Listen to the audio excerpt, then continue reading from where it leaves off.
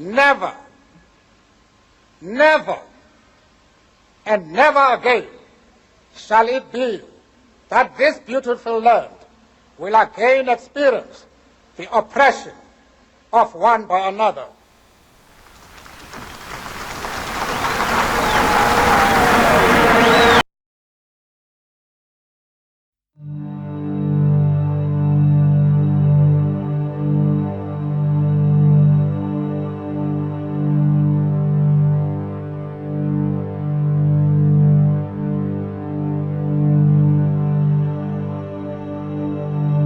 So few white people acknowledge that they're racist.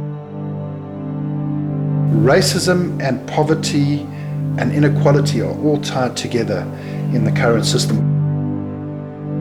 I'm in a white skin, but my whiteness, my rudeness, my constantly deferring to privilege, constantly using my privilege to benefit myself, the belief systems, the prejudice, the discrimination, all of this stuff has got to be dealt with and it's got to be deconstructed.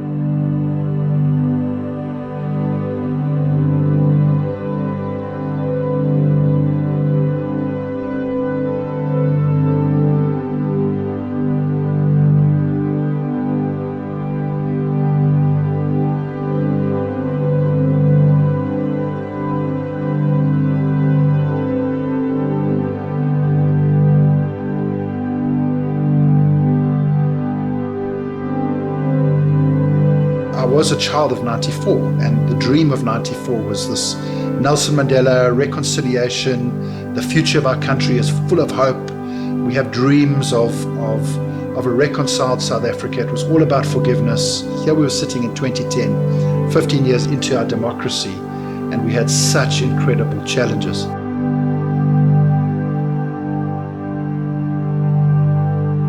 We've become consumed with greed. Linked to that, consumerism and materialism, individualism, racism, and patriarchy. And if you look at these kind of values, these core values have driven our economy, they've driven the way we relate to each other, and they've really hijacked the whole South African dream, post-94 dream.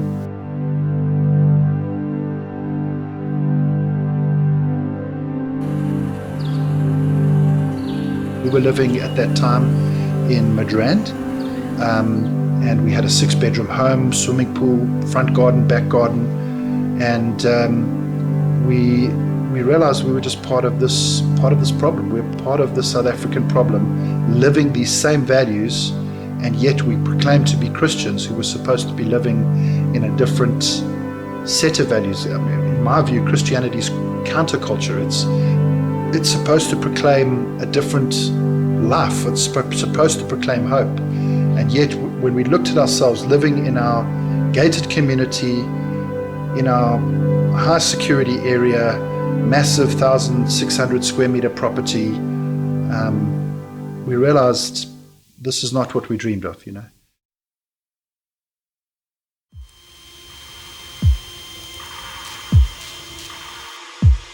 We moved into Hillbrow, and I think moving into Hillbrow and seeing the reality of South Africa and how divided it is. We have two completely different lived experiences. We have white South Africa, or middle-class South Africa, that is living in la-la land. It's completely separate from the reality of most South Africans. The extreme poverty, the extreme suffering the majority of South Africans are subject to is a humanitarian crisis.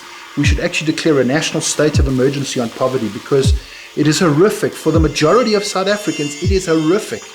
I wish I could just shout it out. It's horrific. South Africa is a horrific place to live for the majority of South Africans because of extreme poverty. It's relentless. We've seen many of our friends dying. We've seen them abused by police. We've seen them abused by landlords who are exploitative in nature. The whole system has produced a class of people that serve another class of people, that makes the lived experience of some people so wonderful in South Africa. People live in beautiful homes like this in South Africa because of the suffering of a whole other group of people and because of the suffering of the majority of people. There's a strong link between capitalism and racism.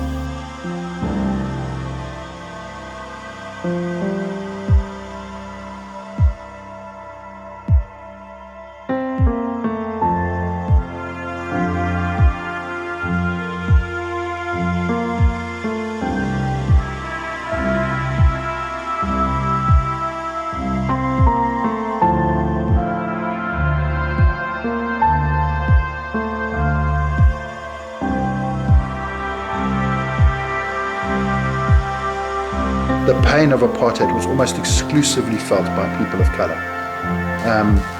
But dehumanization also happened to white people. The ways we were taught to think and the systems that were put in place to act and to live out, the normalization of whiteness is something that, you know, we're brought up with in our whole lives. So you know, people talk about plasters. You know, if I put a plaster on, it's the color of my skin. You know, if I go to buy some shampoo, normal hair is for my hair.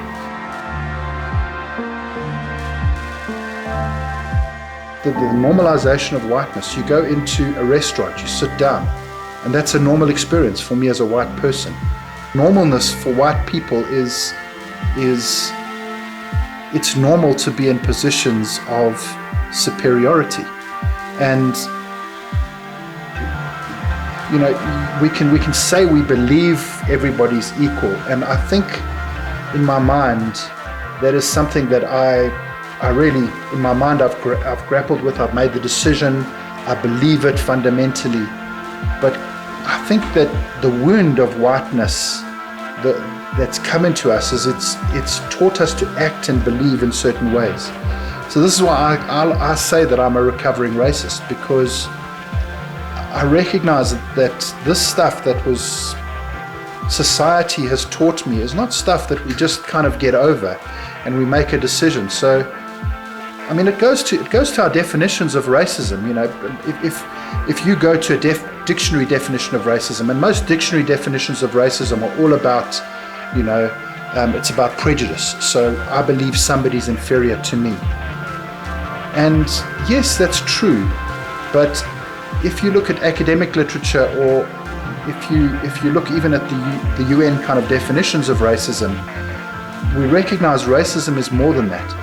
It's very convenient to just say racism is prejudice, you know, because it doesn't deal with the systemic implications of what racism is.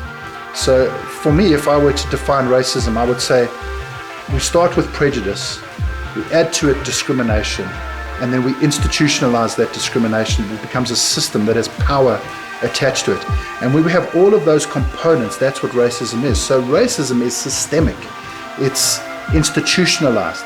It's not just about we now have a MEC in education who's black, therefore the system can't be racist. No, because the system itself has ingrained in it the idea that, or the system produces racist fruit. The tree is racist in nature. The fruit of the tree is racist.